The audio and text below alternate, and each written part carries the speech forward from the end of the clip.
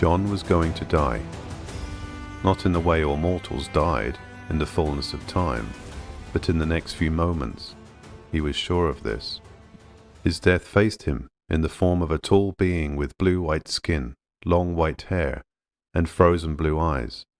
It resembled a man, yet was not a man. It parried his blows with insulting ease, no longer intimidated by Longclaw, not even surprised that his sword did not fall to pieces at the touch of its own great ice weapon. And yet, the creature could hardly be called evil, Jon thought, even as he found it increasingly hard to fight it off. Instead, mortal men were the ones who kept betraying him, over and over.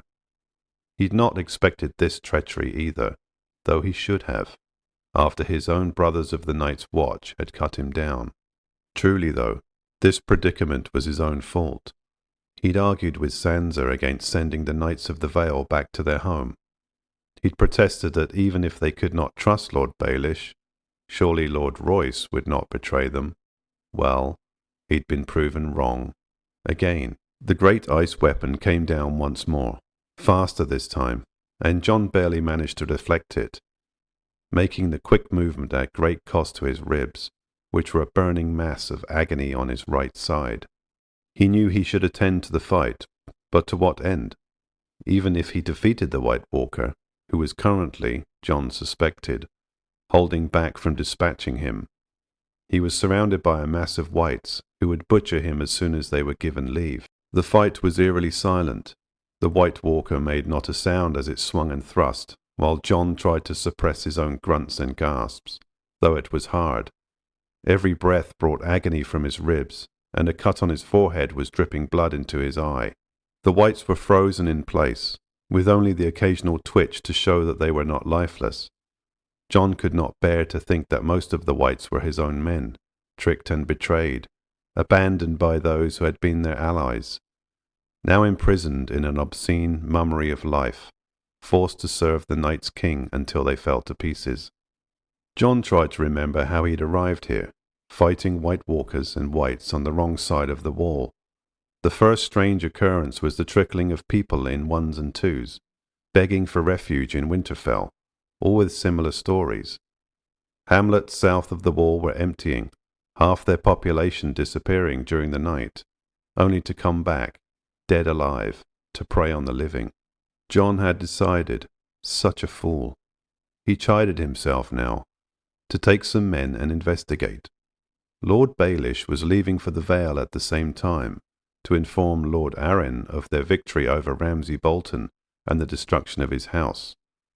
Some horsemen and common soldiers had been left to aid Jon, and instructions were given to the Master-at-Arms to obey Jon's commands. All of them, Jon thought, as he tried to force his aching arms to hold off one more blow, to get through the creature's defences. Once they had arrived at the closest village to the wall, nothing more than a huddle of houses, it had started snowing, and the dead had attacked. The only men who stayed with Jon, and who'd been almost immediately cut down, were some scattered northerners. He could still see the look of contempt on the face of the soldier of the Vale as he turned away from Jon. He'd even heard the man's words, though the winds were howling then. "The king has fallen. We must leave this place." Jon didn't know if anyone had protested, unnerved as they'd been at the idea of fighting the creatures of legend they'd only heard of in old tales. So he'd watched all hope ride away, and had been left with this creature, whose expression, he was convinced, was one of barely concealed scorn. What did they think, these creatures? Jon tried to compel his flagging muscles to obey him, but he knew he was almost finished. He was just thankful that he'd insisted Tormund stay with his people, and that he'd left Ghost behind, guarding Sansa. Such a pointless death should only be his own. It was his due, as a man who never learned from experience. The unearthly screech took Jon by surprise. For a second, he thought it was another ice creature, and that he was truly doomed. But looking up at his opponent, he realized that the screeching sound had taken the White Walker by surprise too. Jon could hardly believe what he was seeing. The long, spindly figure had stopped trying to stab him, and was looking at something in the sky, above Jon's head. but John didn't care. With his last strength, he brought Longclaw around in a wild swing, digging into the White Walker's neck, and caught the look of disbelief and rage in its frozen blue eyes in the seconds before it fell apart. That was that. He was finished. Shadows passed over him, but he paid them no heed, and leaned heavily on his sword, thinking that poor Sir Roderick would have had his balls for treating a Valyrian steel sword with such a lack of respect. Still, it was no matter. The Whites were starting to twitch awake, and would soon attack, even without orders from their master, who was currently melting into a puddle at Jon's feet. The screech sounded again, closer this time. Jon thought he could also hear the flapping of great wings, but that was ridiculous. The sound was not of an eagle, or any great bird of prey, and he would have known better than anyone. He started to think that his wits were deserting him, along with everyone else, it seemed. The falling snow had lessened since the White Walker had broken apart. For some moments, he still felt cold, and he still saw his breath. His last breaths, he assumed.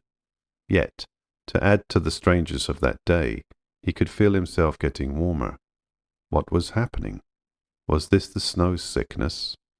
He'd heard that when you were close to death, you felt warm, even as you were freezing. But the warmth was coming from outside his body, he reckoned. Impatiently, he scrubbed at his eyes to try and see what was going on. A blast of heat on his face made him recoil and stare at the Whites. They were on fire. For a moment, they froze in place, but then they seemed to come to their senses and still tried to run towards him, to do any damage to him they could. When something white and impossibly huge came between them and Jon, he started to think that he was perhaps losing his faculties, especially when it started picking up the shrieking things in its mouth and shaking them like a wolf would. Soon, all the dead men lay in pieces on the plain. Some were still on fire. The clouds had vanished, and it looked like a beautiful winter's day, cold but clear. So Jon saw everything clearly, but still found it difficult to believe his eyes, and rubbed them again. There was nothing for him to fight any more. The White Walker was gone. The Whites were aflame, but who had saved him? Just as he was about ready to scream the question out loud into the air, his saviour landed in front of him, moving the earth all around, sending the mud up in great spattering gouts. It was an enormous white and gold dragon. Jon formed the words in his head, and even then could barely believe them. A huge dragon was standing in front of him, its strange eyes looking at him as it crunched one of the Whites in its massive fanged mouth. The look seemed apologetic.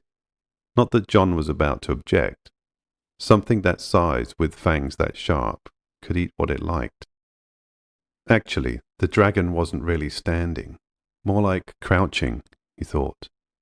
It seemed to be lowering its head, and one enormous wing was stretched out, forming a kind of stare. Oh no. No, no, no. By the seven hells, the old gods and the new, he was not going to get on the dragon's back. The look from its golden eyes seemed almost hurt, and Jon chided himself, until he wondered at his own thoughts. Could the creature read his mind? He sometimes felt like he knew what Ghost was thinking, and there were those who believed he warged into his dire wolf. But what was reality, and what was fantasy here? He almost snorted at his own idiocy. He was asking about reality and fantasy, when in front of him was a creature of legend, one which had not been seen for hundreds of years. Jon sheathed his sword carefully, and approached the dragon, wincing at every moment. Every bone in his body ached, but he managed to lift a careful hand and patted the enormous head around where he thought its ears should be. Ghost always likes that, he thought, feeling ridiculous. A sound came from the dragon. If he hadn't known better, he'd have called it a purr. The big head nudged him, and an image appeared in his head. The back of a woman with long white hair riding a huge black dragon, flying through the air. It was nothing Jon had ever seen before, and he bit his lip, considering, until he came to a decision. He called himself fool and lackwit, but asked the question anyway, silently. Are you in my thoughts? He soon got a reply. Jon was sure that the feeling of joy that washed over him was not his own, and he shivered. This was passing strange. The vision of the woman and the black dragon was replaced by others. 2 dragons, of varying sizes, flying, playing, and fighting, and always the woman with long white hair and purple eyes, watching them with indulgent and loving eyes of a mother. "Do you want me to get on your back?" he thought. The joy increased tenfold, and the images went by ever faster, with one thing in common: flying. So Jon resigned himself and carefully clambered upon the dragon's back, trying to remember what the white-haired woman had been holding on to. Though who was he trying to fool? He knew very well who the woman was. Daenerys Targaryen, who styled herself Mother of Dragons, as well as many other titles besides. He ached too much to try and remember them all. The big head turned and fixed him with its golden eyes, and he held on tight to the spines on the dragon's back. It seemed satisfied, and set off on an ungainly run to gain speed, he thought. In spite of his exhaustion and pain, Jon observed that it used its wingtips for leverage like a great bat, and had almost forgotten that it was going to launch itself into the sky. When it did, flapping its wings to gain height, Jon felt like every bone in his body was being shaken to pieces. But once the dragon had reached the clouds, it was more like he was riding one of them. The dragon did not bank and wheel as much as Jon imagined it would have, and he felt as though it was controlling itself for his sake. Jon tried to look at the ground as it passed underneath him, but after a few moments he gave up. Whether it was the pain in his ribs or the unusual and perhaps terrible sensation of flying through the air, he felt a wave of disorientation and nausea that caused him to close his eyes. He held on tight to the dragon's spines, and wondered where it was taking him. Was this really happening to him? Was he dreaming all of this? No, it couldn't be a dream. He'd never been in this much pain in a dream, without being woken out of it. Afterwards, Jon was never sure how much time had passed before the dragon started circling lower and lower. He lifted his head and saw, below them, a huge armed camp. Looking frantically from tent to tent, he eventually spotted a standard, just as the dragon landed with a great thump that rattled his bones once more. Even though he had expected it, the house device still made him groan. A red 3-headed dragon on a black background. House Targaryen, of course. The dragon had landed in front of the biggest and most ornate tent, and Jon tried to gracefully roll off its back. He managed to land on his feet, but it was a close thing. He sank to one knee, but at least he didn't fall, he thought with relief. Feeling like an old man, he held on to the dragon to stand upright and looked up. There was a semicircle of warriors around him, all pointing spears at him. They were mainly dark-skinned, and were wearing breeches and tabards, breastplates and helmets, but no other clothing besides. He idly wondered how long they would last in the north, once they got there, because he clearly wasn't in the north anymore. For Jon, this weather was almost balmy. He wondered how far south the dragon had taken him, and couldn't help wishing he'd kept his eyes open. He'd never seen the Neck or anything south of Winterfell. Then he chided himself. He had better pay attention to what they wanted. The leader of the strangely attired warriors yelled at him in a strange language and jabbed his spear at Jon, who found himself strangely angry. What was wrong with them? Why were they acting thus? He started warming up, and that was when Jon realized that once again he was sharing the dragon's thoughts. He had to calm the dragon down, but how could he do that? He started patting the dragon's neck clumsily, his pain and fatigue starting to get the better of him. The main flaps of the tent opened, and a woman emerged, white-haired and purple-eyed. She swept her eyes over the scene in front of her, the angry soldiers, the angrier dragon, and him. Jon couldn't help a feeling of admiration when he saw how quickly she came to a decision. "Dova Gedis!" She had a clear voice which rang out over the camp and froze everyone in their stances, except the dragon, who was still rumbling angrily deep in his chest. "Gelitis." Another of the warriors emerged from the tent behind her, and went for his sword as soon as he saw Jon. But Daenerys Stormborn, for it must be her, put a hand on his arm and shook her head. She murmured something to him, too faint for Jon to hear, and the warrior cracked out a couple of sharp commands at the soldiers, who retreated a few steps.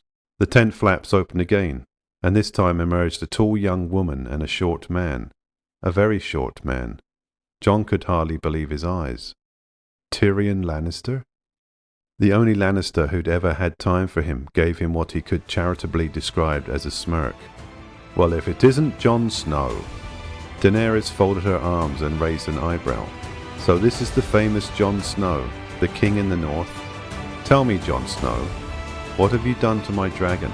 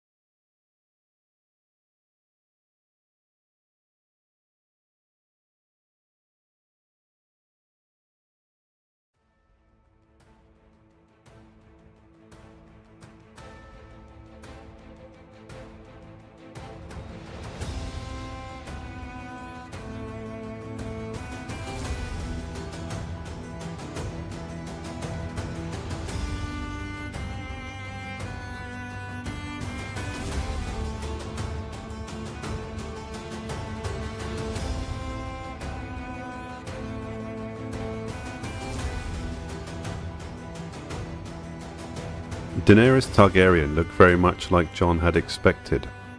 When he'd first seen her through the dragon's eyes, she'd seemed rather blurred around the edges. The defining details were the same though: long silver-white hair, purple eyes. Jon knew he should be answering her question, but it had been an extremely long day, and the ground was starting to seem less steady than he'd initially thought. He held on to the dragon, who huffed encouragingly. Calmer now. Jon cleared his throat. He saved my life. Besides, he scoffed, what could I do to him? Look at the size of him. He gave the creature an affectionate pat, forcing down an impulse to call the dragon a good boy, and scratch behind his ears. A beautiful smile broke out of Daenerys' face. So he'd been right. Praising a woman's children was always the way to curry favour. He'd learned that dealing with Lady Catelyn, though that hadn't always worked, she'd been much more terrifying than Daenerys, dragons or no. Jon turned to the dragon again, not sure if thinking at it was going to work again. Why don't you go and get yourself something to eat? The dragon huffed at him, and Jon was struck, again, by how huge the creature was. He must be hungry. Or is it she? It was a ridiculous thought to focus on at such a time, he knew.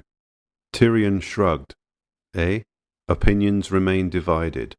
One book even asserted that they are both male and female. I only ever read a fragment as the work was destroyed by Baelor the Blessed, my queen. Daenerys gave a small half-smile, which seemed to say exactly what Jon was thinking. Tyrion and his books. She was so young, Jon realized. They were of an age, of course, but he felt like an old man right now. I've never thought of my dragons as anything other than male, she said, still smiling. She walked closer and scratched the dragon's nose. He purred. His name is Viserion, she added, and Jon nodded. After Visenya? He asked, tentatively, struggling to recall long ago history lessons with Maester Luwin. And my brother, Viserys.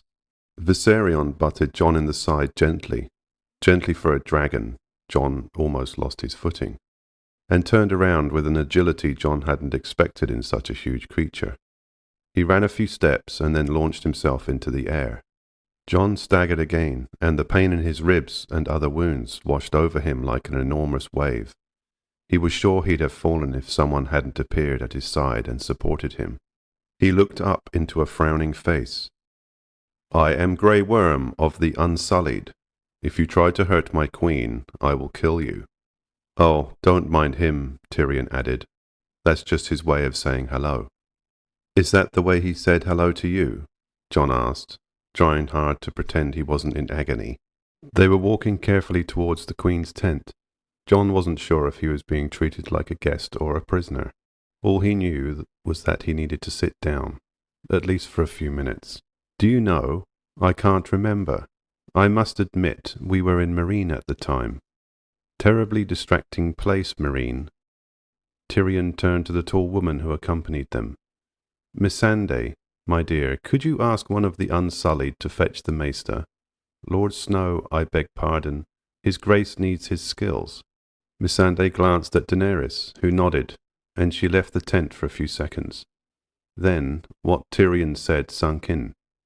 Jon would have rolled his eyes, except he was quite sure it would be painful. Everything hurt. Will you stop that? I never asked for it. I never wanted it. No, but you loved it, didn't you? His inner voice asked, and he couldn't lie to himself. How much better was King in the North than Lord of Winterfell, he'd thought, and for a horribly uncharitable moment had wished Lady Stark back to life just to see her expression. Look, he wanted to say, your husband's bastard, a king. Yes, we were given a stirring account of the coronation by acclaim, Daenerys said, as if Jon hadn't spoken. Given, he thought, by whom? The question must have shown on his face. Tyrion shrugged. Lord Varys knows all, and if you never wanted it, as you say, why not refuse the crown? The North hasn't had a king in hundreds of years, not including your late brother, of course. Jon bristled. Not this argument again. Surely they knew why the North had to unite, why petty differences no longer mattered, why all their games, all their thrones, were nothing more than ashes now. Surely you know why, he started, and then stopped himself. Did they know why? They knew about the lords of the North declaring him king, but that was just another part of their thrice-damned Game of Thrones. Then he remembered. My lady, your grace, he said, turning to Daenerys. You were with Viserion today. You flew overhead and... A sudden wave of dizziness overcame him, and the twinge in his ribs threatened to flare up once more. But Daenerys nodded. She turned to Grey Worm, Tyrion and Missandei, who were looking at her with varying degrees of disapproval. My queen, why do you put yourself in danger? The young warrior looked and sounded the most reproachful of all, and she put a hand on his arm. I must know more about the land of my ancestors, Grey Worm, if I am to rule it, she sighed. This morning I told you the dragons needed exercise, but in truth, I told Drogon to go as far north as he could. Tyrion snorted and poured himself a cup of wine, then seemed to remember his manners, and offered it to Jon, who shook his head. He was already half out of his mind with pain. He need not be in his cups too. I wanted to see the north. I was curious. It is already cold here, but past the neck, my friends. She shook her head. It is buried in snow and ice. It is nothing like I have ever seen. Tyrion looked knowing, but the two foreigners exchanged horrified looks. Jon was sure they'd thought this weather, which was comfortably cool to him, was the coldest they'd ever felt. We had passed over so many snowy fields, snowed in keeps, when Drogon started slowing and I prepared to turn around. When I saw... She paused. Whether for dramatic effect or in recollection, Jon could not be sure. I saw a tall figure with blue-white skin, long white hair, holding a weapon made of ice. I saw a warrior fighting him. I saw the frozen dead standing around him, twitching. I saw things which at first I thought could not be real. It was only when we were almost back that I realized Viserion had not come with us. The silence lasted a few seconds, and Tyrion was the one to break it. Your Grace, surely you cannot mean to say that. Jon had enough. I know you find this impossible to believe, but it is real. The White Walkers are real. The Night's King is real. He raises the dead and sets them against the living. They are coming. And all this, he snarled, waving around him, indicating the rich hangings, carpets, devices, all the trappings of wealth, of life itself, will come to naught if we do not fight him. Another silence fell after his last words. Jon was glad of it, because he was finding it hard to catch his breath. The quiet was broken by a very timid throat clearing, but Jon was too tired to acknowledge it. Ah, Maester Willas, Tyrion said. We need your skills, if you please." John forced himself to look up into the worried eyes of a youngish man who was dressed like a maester, but seemed far too young to have gained all the links on his chain. Behind him stood a more impressive figure, who said nothing, but just raised an eyebrow. So that was Lord Varys, John thought. At least, he thought the man was Lord Varys. The rich robes, shaved head, and calm demeanour seemed to confirm it. "My lord, the young maester started, and John immediately glared at Tyrion, who just lifted his hands and backed away, grinning. "If you could tell me where you are injured beside the cuts on your face." John nodded and winced. "I think my ribs. I hope they're not broken, but every breath." He had to stop talking, but the young man got the idea. He called 2 of the Unsullied to help John take off his surcoat and shirt. "If the Queen permits," Willis suddenly said, with a worried look at Daenerys and Missandei, who exchanged puzzled looks. Tyrion grinned. "The reason is decency." Daenerys shrugged and Missandei still looked perplexed. John nodded at the young maester, and, together with the warriors, he helped John lift his arms and remove his shirt. The gasps that followed surprised John until he remembered. It had only been a few months since his sworn brothers had cut him down. The wounds had been healing very slowly, which had still relieved John, who'd started to fear that they never would. The most shocked was Willis. His fingers hovered over the wound Ollie had given him. "This would have pierced your heart. How is it possible?" "So it is true," Daenerys murmured. "You were raised from the dead." John glared at them, the pain forgotten. "How is it you know every unimportant detail about me, but you do not know about the danger that faces us all?" Tyrion raised his eyebrows. "It is unimportant that you are dead and now live?" Lord Varys said nothing, but his eyes observed everything. John would have shrugged, but Willis's hands on his shoulder dissuaded him. "Seeing as people still want to betray and kill me, yes." The maester seemed to decide to concentrate on his work, and murmured something to his assistant, who immediately set off out of the tent. "I have a salve which will help with the healing, Lord Snow. Now, about these ribs. I am afraid this will hurt a great deal. I can give you some milk of the poppy." "No." John realized that had been perhaps too sharp. "My apologies, but no. Perhaps we can converse and distract his grace from the pain," a slightly unctuous voice added.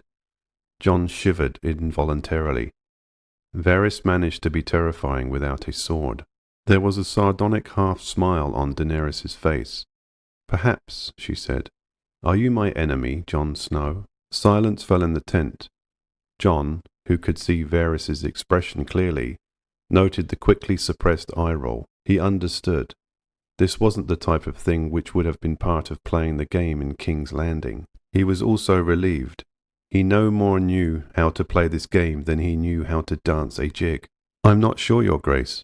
It depends on where the Dothraki are at this moment." John was aware that Sansa thought he never listened when people talked about statecraft, but he'd bloody well listened when he heard tales of warriors who rode across the land, raping and killing as they went.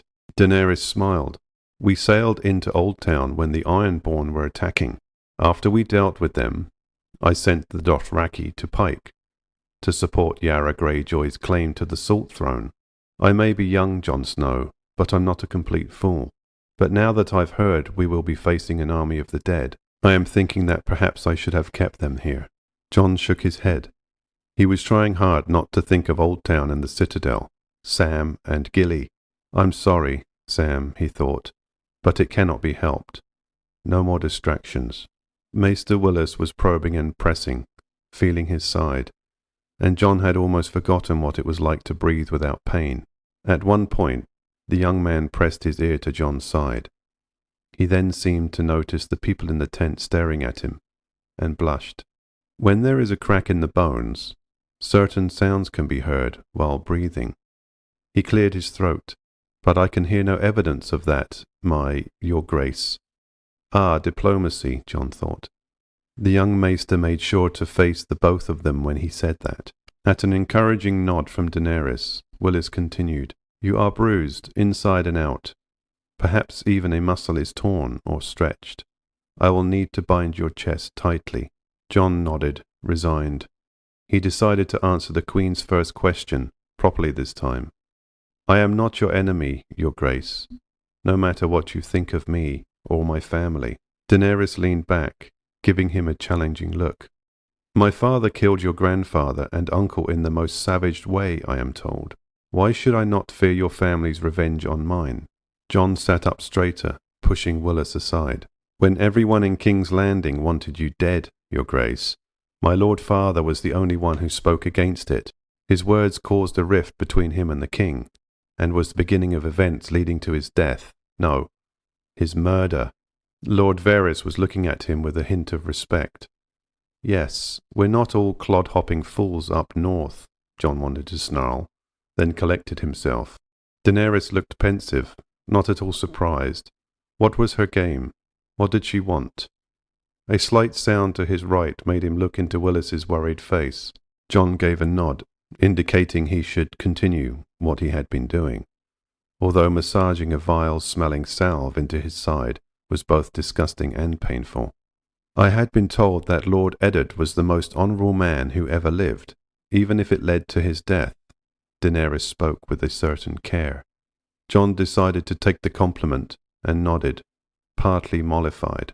Now all I need to know is how it came that Viserion would stop and rescue you. I was not aware that dragons played the Game of Thrones. Jon shook his head, ignoring the slight spinning sensation that ensued. Should he tell them about the feeling of communicating with the great creature? He cleared his throat. It sounds like madness, but I could feel what he was feeling at times. There were sights I saw, which I had never seen before. Sights? Daenerys' eyes were full of wonder.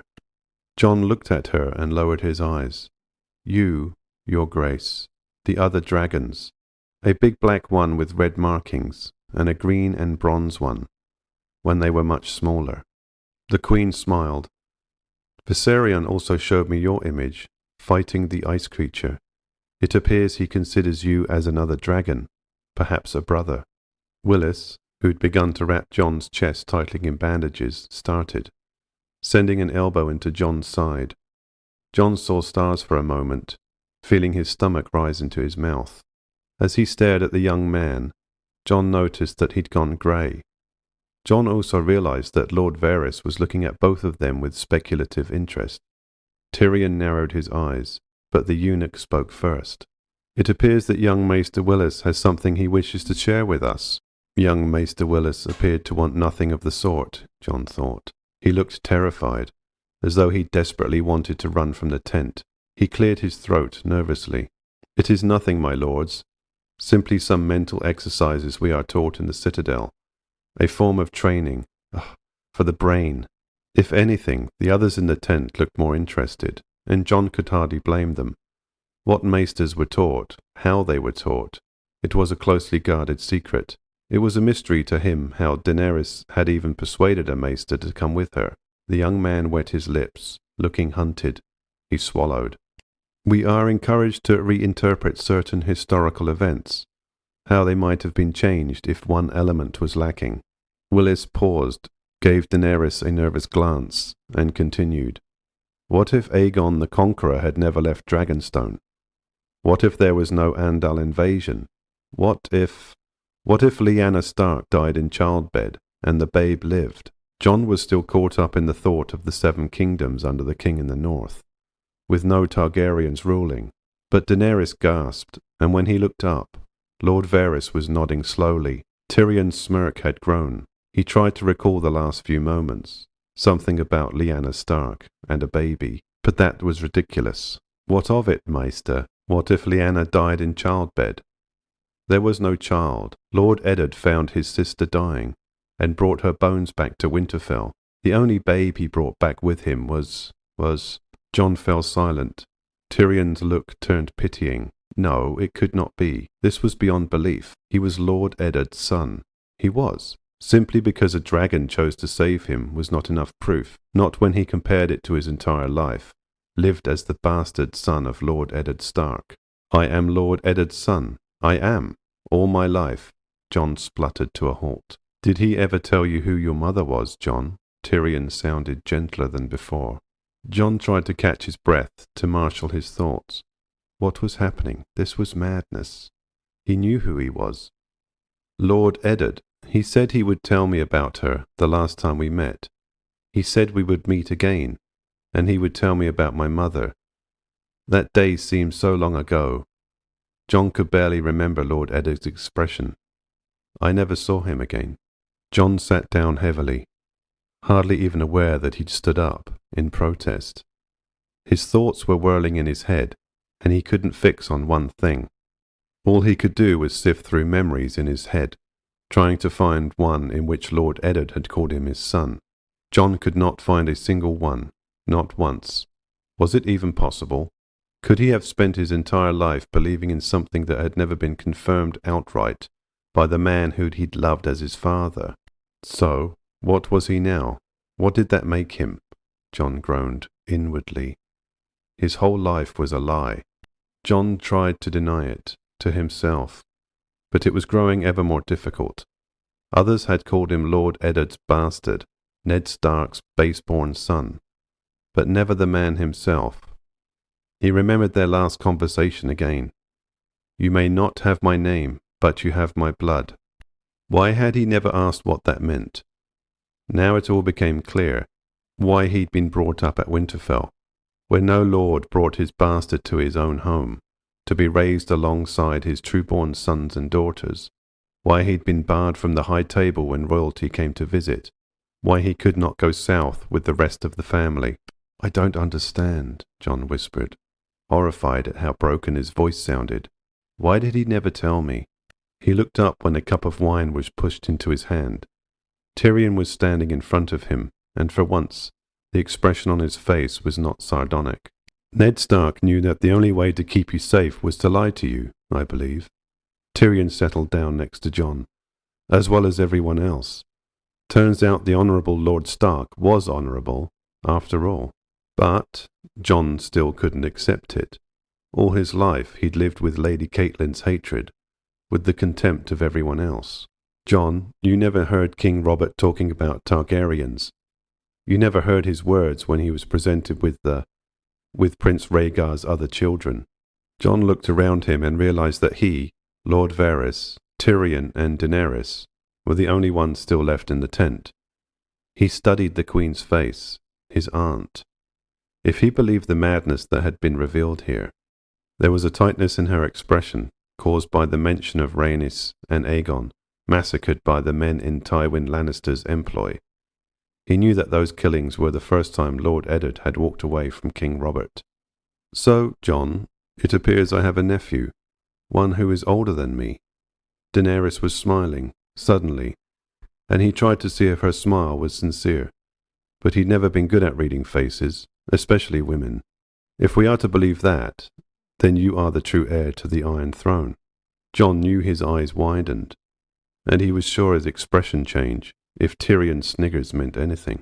No, even if I am Lyanna Stark's son, I'm still a bastard. I do not want the throne.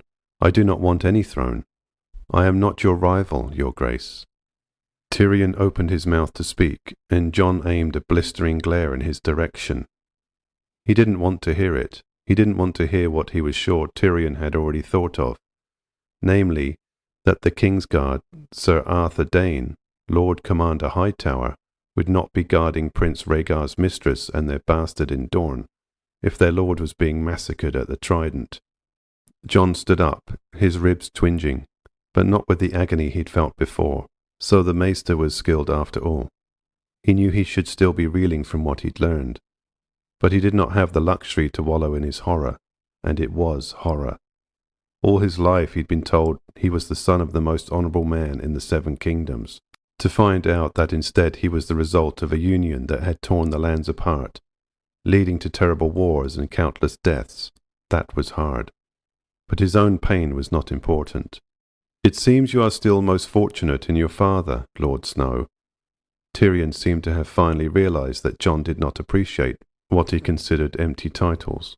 What did Tyrion mean, though? Fortunate? A man who had taken a young girl away from her family, got her with child, and left her to die alone.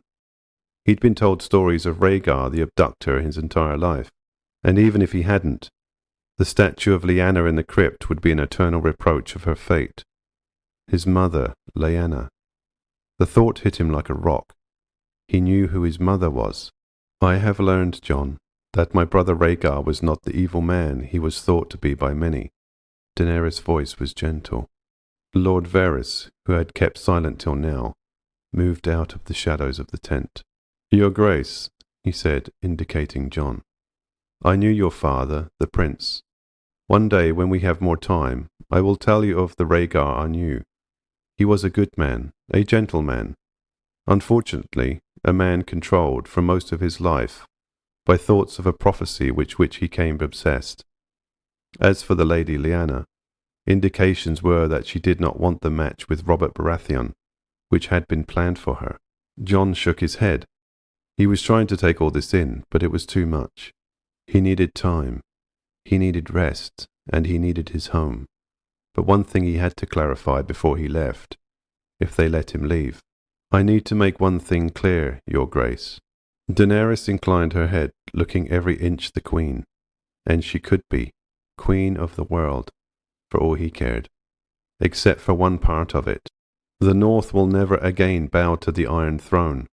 We will not kneel to dragons, again. I am not Torrhen, nor will anyone else be in my stead.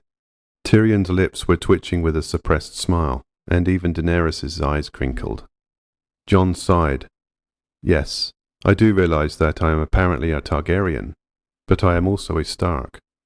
Daenerys nodded, serious again. Tyrion looked worried but resigned.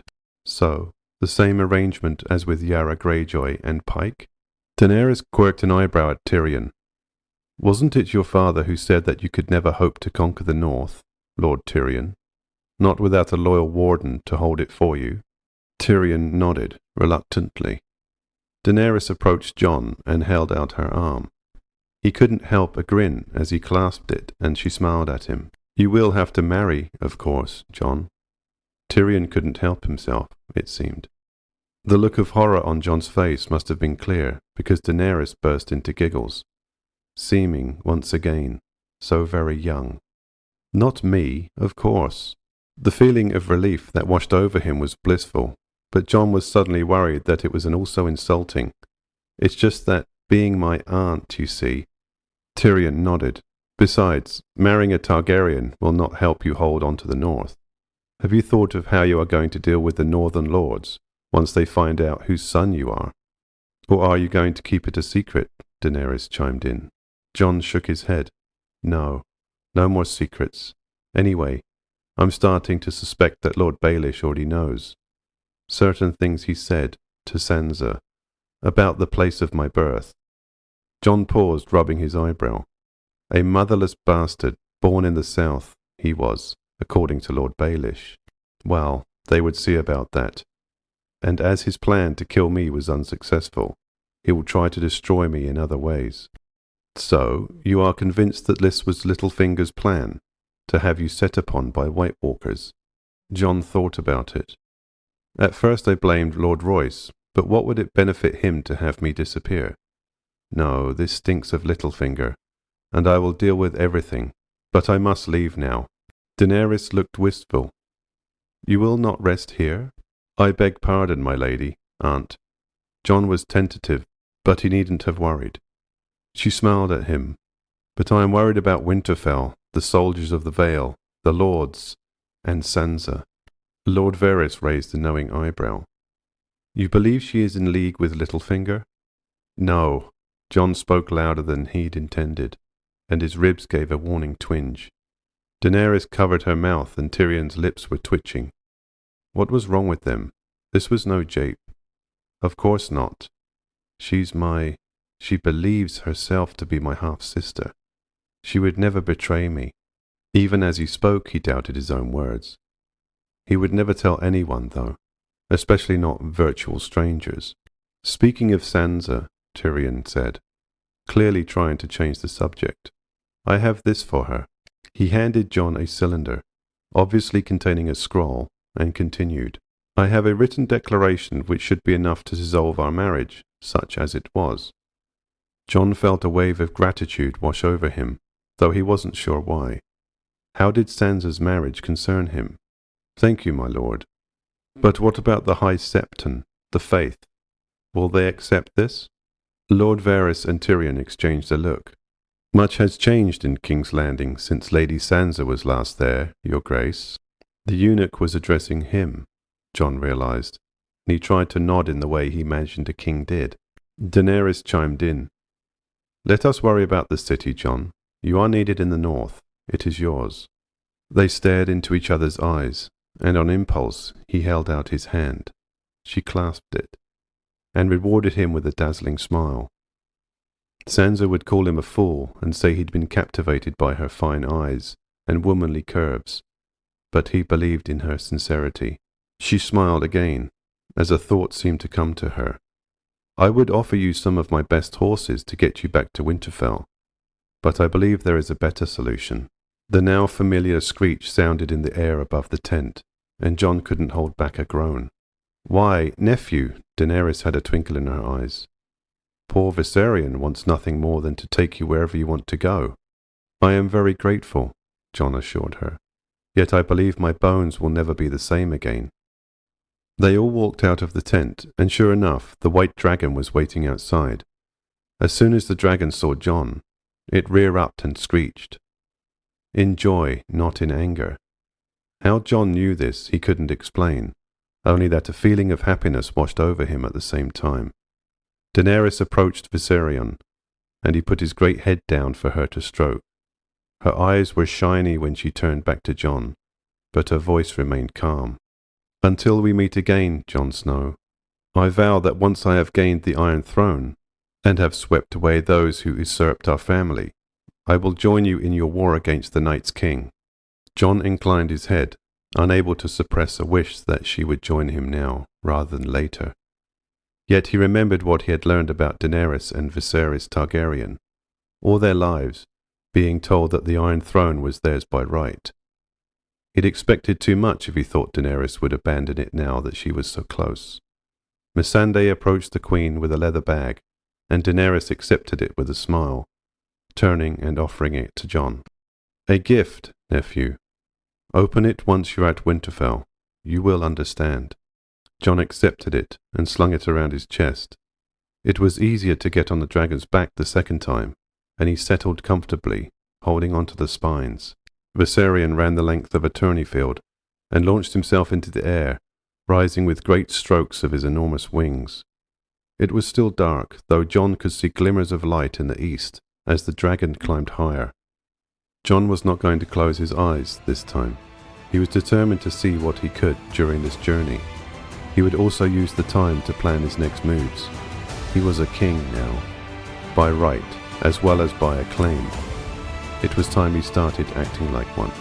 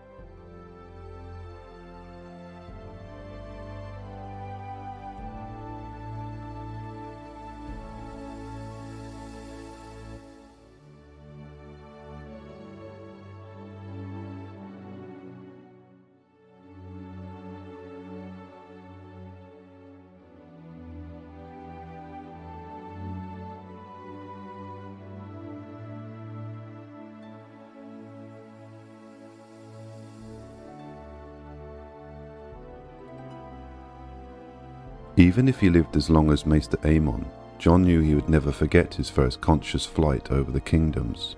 Taking the Raven's road to Winterfell, Viserion flew high enough that they would not be immediately visible from the ground, but not so high that he couldn't see the land from the air for the first time, Jon thought. Whoever would believe their eyes? If they looked up and saw a great white dragon flying overhead after centuries without them. Fields and forests, rivers and villages, all passed underneath the dragon with such speed that Jon could barely believe it was happening. There were stops for water, which hadn't been before, because the dragon had felt the urgency of getting Jon to the Queen. But now, whenever they passed close to a stream, the dragon sent him an image of sparkling clear waters that said much more than words ever could. Jon himself had been given some food and water, even though he hadn't asked for it. All he'd wanted was a simple homespun cloak, having lost his own in the attack. He could tell the Queen was surprised, but Tyrion and Varys had understood that Jon wanted to approach Winterfell without fanfare. The eunuch's simple question about Sansa had raised some doubts in Jon's mind, even though he'd denied it out loud. What if he was twice a fool and arrived at Winterfell, only to find his friends dead and Littlefinger ruling as king, with Sansa at his side? What if she'd been lying to him? She hadn't told him about the Knights of the Vale.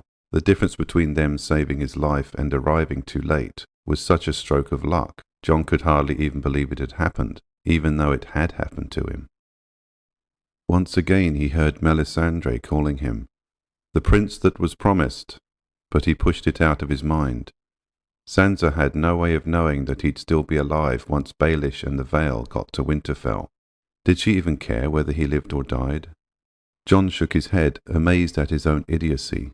His feelings were hurt. That was it.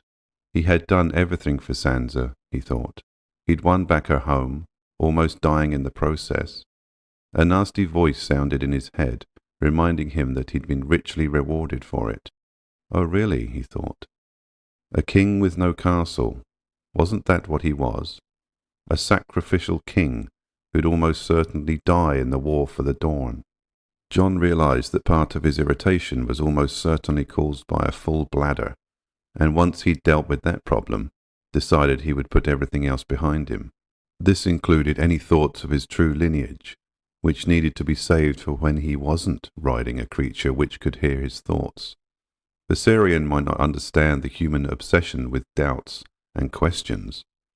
Jon looked up, and the dragon was looking back at him, having finished drinking. You're right. Time to go. The dragon huffed happily, and soon they were back in the air. It got colder and colder, and Jon grew glad of the heat which seeped through the dragon's hide and into him. The cloak was made for warmer climes, and did not help much. After some time, the landscape below them started to look familiar, and Jon bade the dragon slow down. When he looked ahead on the road and saw what seemed like a broken-down cart, complete with farmer attempting to repair the wheel, he indicated that Viserion should land gently, some distance away. Night had fallen during their journey. It was a moonlit night, though occasionally obscured by some clouds. Jon tried to build a picture in his head of a system of caves he knew of, a few leagues beyond the Wolf's Wood. He stroked Viserion's head and hoped the dragon understood him, and tried to specify a time and place where they would meet again. The dragon nudged him, and Jon scratched his nose, as he'd seen Daenerys do. It huffed happily, then turned and launched itself into the air, circling twice, before flying off into the distance. Jon trudged through the snow, towards where he thought the cart should be. Sure enough, there it was. He thought he was pretty quiet when he approached, but the cloaked figure crouched next to the wheel turned suddenly, aiming a crossbow at him. Take one more step, and you get it between the eyes. Jon was surprised that the voice was higher than he'd expected. It took him a few moments to realize why. The unknown carrier was a woman. He raised his hands quickly and managed to pull his hood down too. The woman moved closer, but there was no recognition on her face. Perhaps because he'd untied his hair, or perhaps she'd never met him. She was around the age of his father, his uncle would have been had he lived, heavy-set and homely. He spoke carefully, making sure that his voice sounded calm. I'm headed for the keep too. My horse threw me and ran away, but we aren't far. How do I know you aren't going to kill me and steal my salt pork? Jon wasn't eager to give away his identity that quickly. Also, he hoped the cloak hid his sword. You're the one with the crossbow. She reluctantly conceded the point, but seemed equally reluctant to put the crossbow down. Are you going to sell that at Winterfell? He asked, trying to distract her from thoughts of killing him. She nodded. I heard that the Starks are back. Never went to the keep after the Boltons took it. She turned to the side and spat, showing her opinion of all Boltons. He could only agree with her assessment. "Let me help you with that wheel," she sneered. "What would a lordling like you know about carts?" Jon tried to avoid smirking at the thought of being called a lordling. Lord Varys and Tyrion had carefully hid their opinion of his thick northern accent, but not well enough. Still, hers was even thicker. "Might be I can surprise you." He went around and realized that the wheel was only stuck in the slush, not broken, but she didn't seem to have any planks to put under it. He put his shoulder to the back, and she went to the front, and with a bit of effort, and saying a quick prayer for his bruised ribs, he pushed, and the horse pulled. After a moment or two, with a loud sucking noise, the mud let go of the wheel. The woman hoisted herself onto the cart and gave him a challenging look. "Well, what are you waiting for?" He grinned and pulled himself up the other side. "Decided to trust me, did you? Well, once I heard your voice, I thought a proper northern boy like you wouldn't try anything. Of course, if you do, I'll gut ya." The matter-of-fact way she said it convinced him immediately. "I'm Jenny," she continued, "often known as Pig Farm Jenny, but I'd preferred just Jenny." "Jon," he said, and she gave him a sidelong look, then nodded. "My husband used to make this trip, back when Ned Stark was still in Winterfell. But he broke his hip, and now it's up to me." Jon nodded. They must have been desperate to send a woman on her own through the wilderness the North had become, crossbow or no crossbow. He surprised himself with thoughts of the future, after the Night's King had been defeated, of restoring the North to its former glory. Before, he'd had no hope that a victory was even possible, but now they had dragons. Well, dragon. And many conditions besides.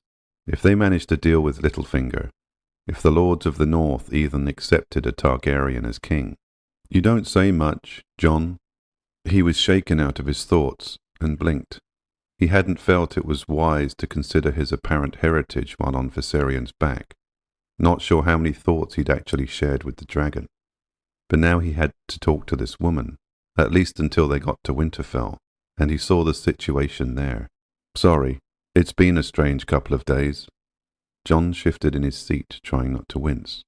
It would be some time before his ribs fully healed. Maester Willis had been against him getting on Dragonback so soon. She gave him a searching look. "There's been tales, saying that strange things are coming from beyond the wall, and I don't mean wildlings either." Jon hesitated, unsure of how much to say. "Going to Winterfell is probably the best thing you can do, right now." The hours passed without much chatter, only enough to keep each other awake as the night grew steadily colder. She told him about her children, who'd left the farm as soon as they'd been able. Not that she'd blamed them, or so she said. "Farming is a hard life," she said, shrugging. Jenny didn't seem to notice that she was sharing much more than he was, or at least, she pretended not to notice. So he was relieved when the towers of Winterfell became visible in the distance. Once the exhausted horse pulled the cart to the castle gate, Jon jumped down and banged at it. It took a few moments before sounds above his head indicated that someone was peering down into the gloom. "Who goes there?" Jon was at the limit of his strength and endurance now. He'd intended to pretend to be a lost traveller and sneak in with Jenny, but he was tired. He looked up, hopefully into the eyes of whoever was guarding the walls of the keep and holding a torch. "Jon Snow." The torch disappeared, and Jon could hear the sound of running. He turned to see Jenny staring at him, owl-eyed. "You're the bastard of Winterfell." "Aye." He didn't say more, though he wanted to ask her if she'd heard that he was king now, for all that that was worth. He'd learned that all being king meant was that you were betrayed by a better class of people. There was more running above his head, and a mad scrabbling at the gate in front of him. Just as a familiar lion-maned head craned over the battlements, the gates burst open and a massive white wolf threw itself at his head and bowled him over. Jon lay on his back, grinning, as Ghost thoroughly washed his face. "I see you've missed me at least, boy." Tormund came running through the gates, pulled him up, and crushed him in a bear hug. "Jon Snow, you are the luckiest man I ever met." Jon groaned, and Tormund pulled back, worried. "It's nothing," he assured the wildling. "Just some bruised ribs." The leaders of the mountain clans, Those who'd survived the battle, at least, followed close behind. John could hear the whisper going around, or what they thought was a whisper. "The John is returned," he remembered suddenly. They used to call Lord Eddard the Ned. He had to blink rapidly to stop the tears, and thank the gods for the sight of the Sir Davos running towards them. He remembered he'd asked the Onion Knight to be Castellan of Winterfell, and realized what he needed the man to do. "Sir Davos, this is Jenny," he said, indicating the farmer. "I believe she has some very welcome provisions to sell." Davos nodded and called some of the men to help unload the cart. He himself took Jenny to meet the cook, who was more of an expert on fair prices for food. Jenny looked like a woman who had enjoyed a good haggle. She left, but not before looking at John with narrowed eyes, followed by a nod. John waited until he gauged Davos was out of earshot, before he turned to Tormund. "Those men of the Vale who came with me, did they return?" Tormund's eyes narrowed. "Not all of them. The master-at-arms and a few foot soldiers." A sudden noise at the far end of the courtyard drew John's attention. Sansa and the other northern lords were spilling out, looks of joy on their faces. Sansa's face was masked, though. She'd never again shown that pure, unfiltered joy as she had at Castle Black. John murmured to Tormund, before he approached the northern lords, "Have them arrested and put in irons, quietly, now. Get some of the lesser lords to assist you, Wool and Little, maybe." Tormund raised his eyebrows, but nodded. "And that Royce Kneeler?" This time it was John's turn to show surprise. "He's still here." "Aye, Lord Baelish insisted that he had to stay, to make sure the Vale's interests were safeguarded, whatever that means." John sighed. He was going to have to show his hand. Was it too early? "Let me deal with Royce," he said, almost under his breath, and then strode forward to greet the people who were oh so happy to see him alive, he thought, wondering when he'd become so cynical. Lord Mandalay was the first to get to him, fast in spite of his girth. He made as if to clasp his hands, then dropped to one knee. "Your Grace, I knew you could not be dead." John lifted him and shook his head at the others as they started to kneel too. They would come to regret any respect they'd given him soon enough. No need to give them more to chastise him with. Everyone was there, except Lady Mormont. The dragonflight had taken an entire day into late evening, and the cart ride to Winterfell had taken the rest of the night, and they probably hadn't woken her, he thought. The sun was rising again. Sansa approached, her face impenetrable. He inclined his head and she curtsied. He almost winced. That was her greeting to him, treating him like a stranger, like King Robert. Oh, stop being a fool, he told himself. Tormund came back from the task John had given him and gave him a small nod. He wanted to rest, to start explaining, to tell everyone what had happened, but a wave of exhaustion and hunger stopped him in his tracks. When he raised his head, he realized that Sansa was staring over his shoulder. No, she was staring at his shoulder, at the cloak she knew very well he hadn't had when he left Winterfell. Perhaps he should have gotten rid of it on the road. "John, Your Grace, when is the last time you ate something?" Sansa sounded cool and collected, though there was a hint of worry in her tone. He shook his head. "I'm not sure." She nodded and addressed the rest of the lords. "My lords, let us break our fast together." An hour later, they had all eaten to completion. John was surrounded by a group of free folk, all happy to see that he had lived. He knew why. He was perhaps the only one of the gentry who wanted them around. John managed to observe the other lords. Royce wasn't with them. Had he gone to look for his men and not found them? Just as a thought came to him, Royce burst into the great hall, startling the guards into wakefulness. John shook his head when one of them met his eye, and they relaxed, but kept a watchful eye on Lord Royce, who didn't notice. "Your Grace, I must protest." The man was as loud as ever, John thought, and he didn't consider it necessary to kneel. Not that John wanted to be knelt to, but he did realize that any lack of respect shown to him made it easier for him to be disobeyed. Royce continued, ignoring John's lack of response. The Master-at-Arms and some men of the Vale have been put in irons. On what charge, your grace? By what right? There were gasps in the great hall at the Vale Lord's last words, and both Sir Davos and Tormund made to get out of their seats, but Jon waved them off. I will give you time, sir, to consider and rethink your last words. As for the arrest of your men, the reason, my Lord Royce, is that I was betrayed and left to fight against the White Walker alone. I cannot believe this, your grace. Royce's face lost colour as he seemed to hear what he'd just said. That's twice he's insulted me, Jon thought, in disbelief. He almost could hear Sansa's voice in his head. Hold on to your temper, Jon. I mean, I don't want to say that you are lying, just that. Jon decided to make it easier for him. I think that after some time spent in chains, the Master-at-Arms will tell us why he found it necessary to tell his men that I was dead and ride away. Royce bowed his head, and finally gave in to some of his other knights, who had been trying to get his attention ever since he'd first chid Jon. There was a murmuring in the great hall as everyone seemed to give their opinions on what had occurred. But no one tried to contradict him, Jon realized, or tried to challenge his decisions.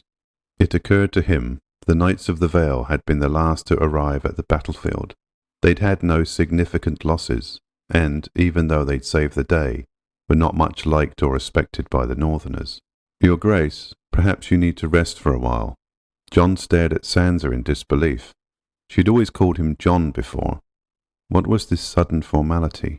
She managed to slide her eyes sideways at the Northern Lords, and he understood. But what was the North really that formal? Or was she just aping what she'd seen in King's Landing? No matter. She was right.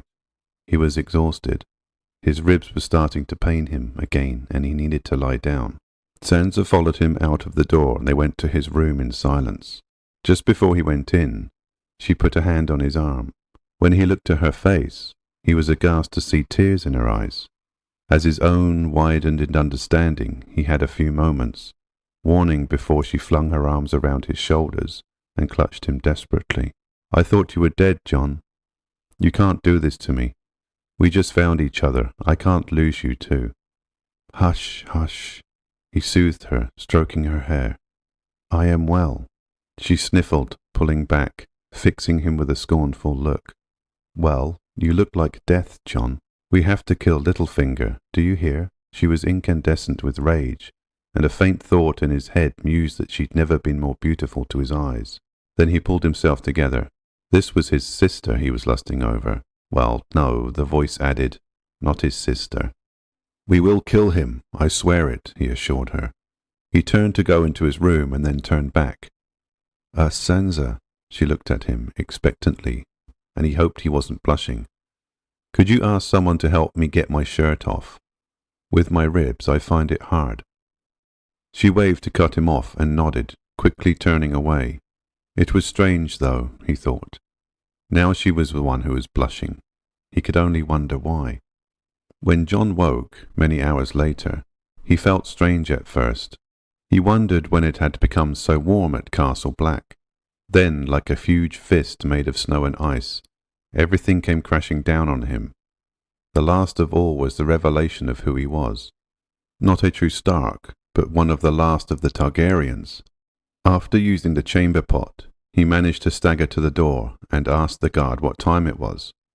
After hearing that it was almost morning, he was amazed. He'd slept a whole day and a night. He felt as normal, with only a slight ache to show for his injuries. There was still an hour before daybreak, so he padded back to the wardrobe to find some clean clothes to wear, and almost stumbled over the bag Daenerys had given him. Well, he was at Winterfell now, so he might as well look inside. He took out Tyrion's letter first, wondering when he'd have the opportunity to show it to Sansa, and then found what Daenerys had left for him. There were 2 cloaks in the bag, both black, with a red 3-headed dragon stitched into them. They were Targaryen cloaks. He'd noticed that the device was everywhere in the Queen's camp, and no doubt she'd had cloaks made too. This device hadn't been seen in the 7 Kingdoms for over 20 years, he mused, fingering the careful stitching. He understood why she should give him one. She probably felt he needed the reminder of his father and his line, rough northerner that he was. But why 2? he thought. What was she trying to tell him? A subdued knock on the door made him stuff them back in the bag and push it under his bed. He'd think about it later. Right now he needed to get dressed and see to the problems from the Vale. An hour later he was standing in the courtyard. The northern lords were all amassed around, and Sansa was watching from a balcony, together with Lady Mormont and the Maid of Tarth. The Master-at-Arms and the Vale foot soldiers were brought out. None of them would meet his eyes, except the Master, and Jon knew. This one was guilty. "Do you have anything to say for yourself, sir?" Jon felt a strange sensation, like he'd been here before, and he had. How many more men was he going to have to execute before they finally accepted what needed to be done? The Master-at-Arms glared at him. "You're nothing but a jumped-up bastard. Not even a real northerner. You let the wildlings through the wall, bastard. You're not fit to be king." So, he wasn't going to implicate Lord Baelish, even though Jon was sure this was all his plan. Something of the man's words stirred a memory in his head. Ramsay's letter. That's what it reminded him of. Maybe Littlefinger's plans reached further back than just leading him into a trap. Maybe they involved spurring him to get Winterfell back, and then having him killed, so he could swoop in for Sansa. No matter. "Sir Davos, fetch me a block." Davos nodded and ran off to get one. No one else spoke.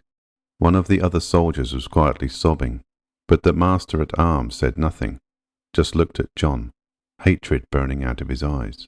"The blood of the first men flows in the Starks," Jon continued, locking eyes with Sansa, who gave him a slow nod. "We hold to the belief that the man who passes the sentence should swing the sword."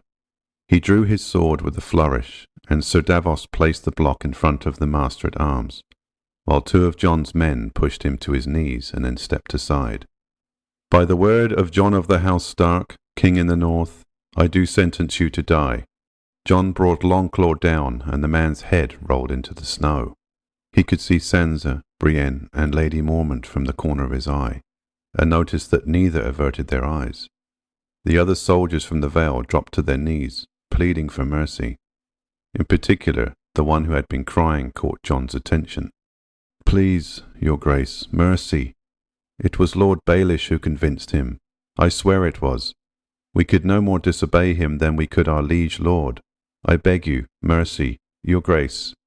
Jon locked eyes with Lord Royce, whose face was a picture of horror and despair, and he came to a decision, handing his sword off to Tormund, to have it cleaned.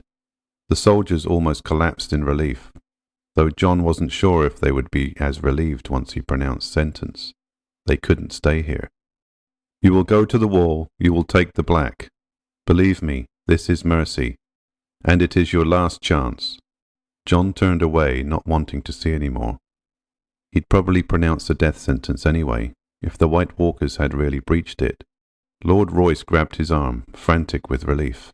Thank you, so merciful, so wise," he babbled, and Jon found himself wanting to comfort the man, but restrained himself, just replying with a short nod. The next few weeks were spent planning and letting his ribs recover. Jon wasn't sure whether he was just delaying telling the other lords his news, or whether he was using a strategy. Still, there was enough to be done with reclaiming the North, reuniting it from the disastrous state it had been left in after the Bolton's rule. The Dreadfort, the Carhold, and the Last Hearth needed to be settled with Jon and Sansa's allies. Representatives needed to be sent to Greywater Watch, and strange rumours were coming out of the Riverlands, with the twins, in particular, being the centre of some bizarre talk. Of course, once the time was right, Jon knew he would be flying there, on Viserion, to deal with the Walder Frey and try and get the Reeds on their side. First he needed to tell them the whole story, and he found himself strangely reluctant. One afternoon the talks had ended early, and Jon decided he needed to do something he'd been putting off. So he went with Ghost to the crypts underneath Winterfell. The tombs of the most recent Stark dead were closer to the entrance, and he didn't have to walk for long before he reached Rickon's resting place. The stone looked new and raw, and Jon had to brush away a tear as he thought of the active and happy child that he remembered, locked away forever in this dark and gloomy place. John moved further in and stood in front of Lord Eddard's statue for a long time. He wanted to scream at him, beg him for answers. Why couldn't he have told him the truth? Why had Ned let him exile himself to a life in what was essentially a prison when he'd committed no crime? John shook his head and took a couple of deep breaths. Then he turned to the only statue of a woman close by, Lyanna Stark, his mother. He looked into the stone face and tried to see some of his features there, but couldn't. He'd heard say that Arya resembled Lyanna most, but Arya had been no more than a child when he'd last seen her. He didn't even know what she looked like now. He passed a gloved hand over the carved hair, and wished he had a painting instead. But he could guess a few things. Everyone knew what Rhaegar had looked like, what all Targaryens looked like. Fair hair, purple eyes, tall. So he must resemble his mother, dark hair, dark eyes. He sighed. He would find nothing here. He didn't know what he'd expected, some hidden object which would tell him something, anything. But that was nonsense. Ned Stark had made himself the guardian of a secret that could be the death of his entire family at the end of his line. It would have been madness to leave any hint in the crypts for anyone to find. John wanted to pray, but ever since he'd been brought back from the dead, he had found it too difficult to believe in anything beyond what he saw in his own eyes. Still, he was about to, at least try, when voices from the entrance stopped him. In the distance he could see a flickering torch, and soon the voices became clearer. Ghost wasn't worried, though, so neither was John. "My lady, I wish you wouldn't try to leave the keep without me. Brienne, this is my home. There are no more Boltons left to harm me." Sansa must have had the same idea as him, John thought. He was glad Brienne thought to accompany her. He was so relieved when Brienne of Tarth finally returned from the Riverlands. No one was getting through her to harm Sansa. He wasn't even sure he could beat her in strength, maybe in speed, though. "This is your home, my lady, but right now it's full of soldiers. I don't trust them," Brienne continued darkly. Sansa chuckled. "Do you trust anyone?" Brienne made a sound which indicated that no, she didn't. John couldn't blame her.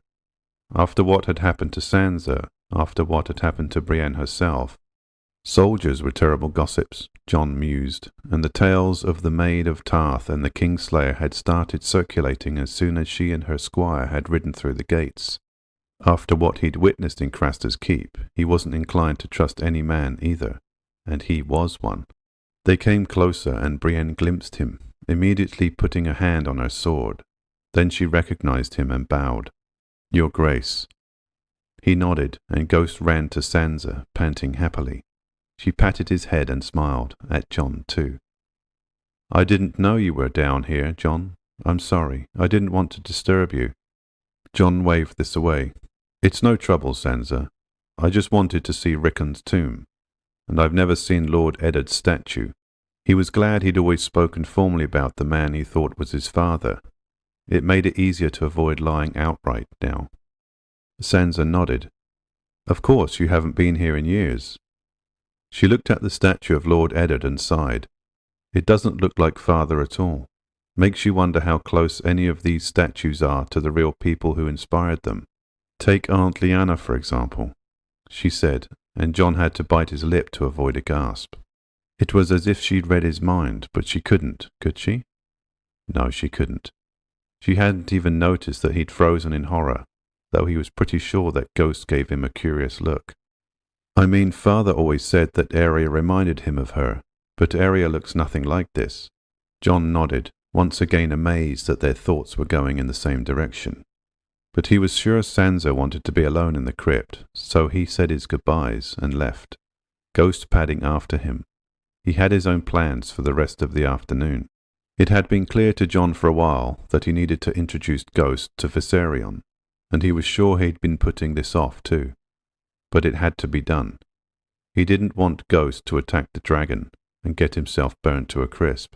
If only he knew how much Ghost understood and how much was just his own warging, if he'd ever done such a thing, and it wasn't just his imagination.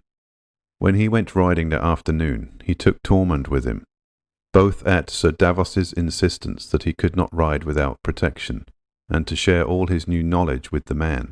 He knew that of all the people at Winterfell, Tormund and his people were the only ones who didn't care whose family he belonged to. For them, one kneeler was very much like another. In fact, they might like his new family better. It wasn't a Targaryen who trapped them behind a 700-foot wall for thousands of years. After they'd ridden to the edge of Wolfswood, Tormund's sidelong glances started to annoy Jon. What? Well, you've been strange since you came back, King Crow. Tormund ignored Jon's eye roll, even though he couldn't suppress a grin. I've been learning about your Games of Thrones, and this would be the part where the king takes the inconvenient visitor out to have him killed. Jon sighed. Who have you been talking to, Tormund? Of course I'm not going to have you killed. You're the only one I can trust right now. Tormund preened, even though he seemed surprised. Jon went on. There's something I must tell you, because I know it won't turn you against me. He pulled on the reins at the edge of the wood, and Tormund followed suit, dismounting alongside. Ghost, who'd run ahead, doubled back and raced up to Jon happily. The direwolf really needed more exercise, Jon thought, sadly. He shouldn't be kept cooped up at Winterfell for so long. Tormund, what do you and your people know about the Targaryen line, and how it came to an end? Tormund's eyebrows rose. That wasn't the question he'd been expecting. My people know little, and care even less. I know something. Dragonfolk. They were, though the dragons died out long ago, and the dragon kings themselves were overthrown, some years ago now. Jon nodded. 21. He walked up and down, trying to find a way to explain. Tormund, how do you think I got away after the Vale Knights left me there? Tormund looked even more puzzled. Your horse? Jon shook his head. My horse was cut to pieces from under me. There was no one except... Jon rubbed at his eyebrow. Talk was pointless. He'd shown them everything and let them come to their own conclusions. He crouched down and looked deep into Ghost's eyes, begging him to understand. Ghost, you must be calm when he comes. You must not fight him. Jon looked up and saw that Tormund was just beginning to open his mouth to speak when the screech sounded all around him. Perhaps because he'd been warned, perhaps because Jon was holding on to his scruff with a convulsive grip, Ghost didn't react, just gave the circling dragon an incurious look and sat down with paws extended like a statue. Viserion was ecstatic, Jon could tell, because the feelings of bliss were washing all over him, and he had to stop himself from grinning foolishly. Sansa always used to tell him he looked like a simpleton when he did that. Tormund stared at the dragon, mouth gaping. That's a bloody huge dragon. A few hours later, riding back through the Wolfswood, Tormund still looked stunned. He caught Jon's sidelong glances. That was a bloody huge dragon, Jon Snow. Jon nodded. Tormund was right. Viserion was a bloody huge dragon. Tormund beamed and shook his head. Your northern lords are going to shit themselves when they see this, Jon. As long as they don't kill me for not being a Stark, I don't care what they do, Jon sighed. Tormund snorted and shook his head. As long as that dragon's with you, no one's getting anywhere near, Jon. A bloody huge dragon. Jon couldn't help chuckling, and Tormund burst out laughing. They raced each other to the keep, Ghost keeping pace with them, and Jon felt some of the heaviness leave him for a while. To his great surprise, it didn't take Jon that long to persuade the northern lords and Sansa to come riding with him the next afternoon. He realized that the real obstacle had been his own fear of being rejected, particularly by Sansa, he thought. Even though Sansa had told him that Bran was still alive somewhere, and Arya had been sighted by Brienne, he still felt that Sansa was the only family he had left. That must be why it was so important for him that Sansa accepted him, even though he wasn't really her half-brother. They rode along, all enjoying the crisp weather. It was a beautiful sunny day, though the fields and the trees were all covered in snow. Once again they rode for an hour out of Winterfell, until he could be sure that they were not visible from the keep. The lords and ladies were one thing, and could be relied upon not to panic. He wasn't so sure about common soldiers and servants. Ghost ran alongside them and ahead of them until he seemed to choose a likely open spot, and sat down, though not before giving Jon a knowing look. Jon slowed his horse down and stopped, dismounting. When the others caught up, they gave each other puzzled looks, but dismounted also. Tormund took charge of the horses, leading them to a nearby coppice, where they could be tied up. Jon didn't want the horses to panic. Sir Davos looked almost hurt at that, and Jon felt sorry for him, but didn't regret his decision to include Tormund and not the Onion Knight.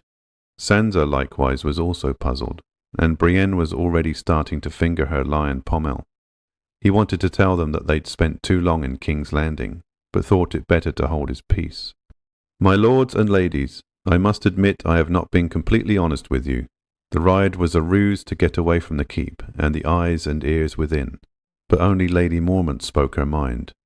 "Do you suspect spies at Winterfell, your grace?" "Aye," he answered. "I've learned that not expecting the worst from Lord Baelish is something only a fool does." He looked at Sansa and was relieved to see a little half-smile on her face. "Besides," he continued, "I finally have something he knows nothing about, and I have no intention of giving up this advantage before it can be used." It was time. He could already feel the warmth growing inside him, the joy washing over him. Also, Ghost was looking as contemptuous as a dire wolf could, seeming to say that he had to tolerate the dragon, but he didn't have to like him. "My lords, my ladies, you must keep calm now. No swords, no spears," he said, thankful that he dissuaded Lord Royce from bringing some knights along.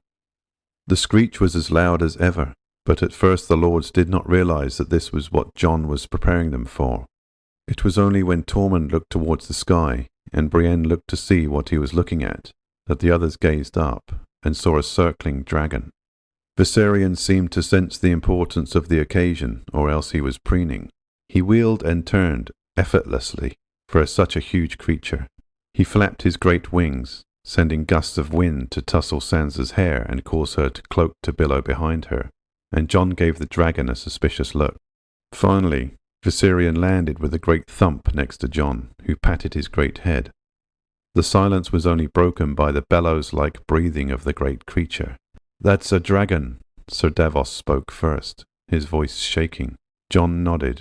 "Oh, Jon," Sansa said, tears in her eyes. "He's so beautiful." Jon felt a wave of warmth wash over him, and this time he couldn't blame Viserion. She accepted him. But he knew seeing the dragon wasn't enough. He knew he had to explain further. "When I was left for dead, near the wall, facing a White Walker and his whites, this dragon saved my life. He took me to his mother, Queen Daenerys Stormborn, thought to be the last Targaryen. The northern lords looked stumped. Lord Mandalay was the first to recover, though Sansa looked like she had worked it out already. Thought to be, your grace." Jon sighed. "I wish you wouldn't call me that, especially now." Now Lady Mormont seemed to understand, and her eyes widened. "It has been made known to me that I am not the son of Lord Eddard Stark, but of Lyanna Stark." "And Rhaegar Targaryen," Brienne murmured, with awe in her voice. Jon raised an eyebrow. He wouldn't have expected Lady Brienne to have a fondness for the tales of the last Dragon Prince, but perhaps the stories were told differently in the Stormlands. "Jon, how do you know that this Daenerys isn't just trying to use you for her own ends? How do you know she isn't trying to trick you?" Jon had been expecting this question, though not from Sansa. "She could have had me killed as soon as I arrived in her camp, Sansa, far away from here, and no one would have known." Gasps and a blast of heat from his side caused him to turn to Viserion, who just expelled a gust of fire into the air. The dragon's eyes were like golden pools, and they told Jon that Viserion would never let that happen. "My life for yours," he thought he heard a voice say, and he patted the dragon on the nose. "I know, brother, I know," he thought, hoping that the dragon would understand. Silence fell in the clearing. The northern lords exchanged looks, but said nothing. Jon wasn't sure what to do next. He fingered the strap of the bag he'd brought with him, but wasn't sure that it would help. What was he supposed to say? "Look, I've got some cloaks?" Jon staggered. Something had nudged him in the back, and when he looked behind him, he realized that an enormous dragon's head still managed to look hopeful. The dragon wanted to fly, he thought. Jon decided to give in. Besides, they needed to talk about outside his presence, and outside Viserion's presence. Forming lucid thoughts wasn't easy the first time he met a dragon. He knew that from his own experience. "I think you need time to talk amongst yourselves," Jon said, as he vaulted on the dragon's back. Viserion took off joyfully, and was soon airborne. Jon relished the feeling of flying like he'd never even suspected he would. The dragon screeched happily and wheeled and turned, somehow sensing that Jon was no longer in pain. Viserion took him to a set of caves which looked like they'd been frozen shut, and hovered, seemingly waiting for what Jon did not know. Then he remembered something Daenerys had mentioned, or was it a memory Viserion had shown him? No matter. He wanted to try it too. He cleared his throat and spoke, hoping he was saying it right. Dracarys! No sooner did the word leave his lips than an enormous gust of dragonfire burst onto the cave mouth. The ice and snow melted and the stones glowed red. When they arrived back at the clearing where he'd left the others, Jon dismounted with some trepidation. As usual, Lady Mormont spoke her mind. "I have already said this, but I'll repeat myself. You are a Stark to me, Jon Snow, no matter who your father was." Lyanna Mormont looked round at the others, a familiar fierce look on her small face. "And let no one tell me that mothers are not important, my lords. That person should be prepared to face my sword." Jon inclined his head and looked at the others. They were getting ready to kneel, and Jon put his hands out. "My lords, I have treated with Queen Daenerys that the North will belong to itself, that we will never kneel to dragons again. Do not make me a liar, my lords." None of the northern lords seemed surprised, though Lord Royce still looked doubtful. That was a problem he'd been dealing with soon, Jon thought, but not today. Lord Mandalay spoke next. "You will have to marry, Your Grace. Once this becomes known, you will need to marry a northerner." Jon raised an eyebrow and looked at Lady Mormont, who blushed and shook her head. It was rare that she did anything to remind people how young she was. Sansa took a step forward. "They mean me, Jon. We are cousins. With the history of our families, it would be ideal. A uniting of North and South, Stark and Targaryen." She tossed her head, giving him a familiar, defiant look, just as Jon was wondering if he'd got knocked on the head while dismounting, and was now suffering a fever dream. Sansa's eyes flashed, and she looked more beautiful than ever. "You must marry me,"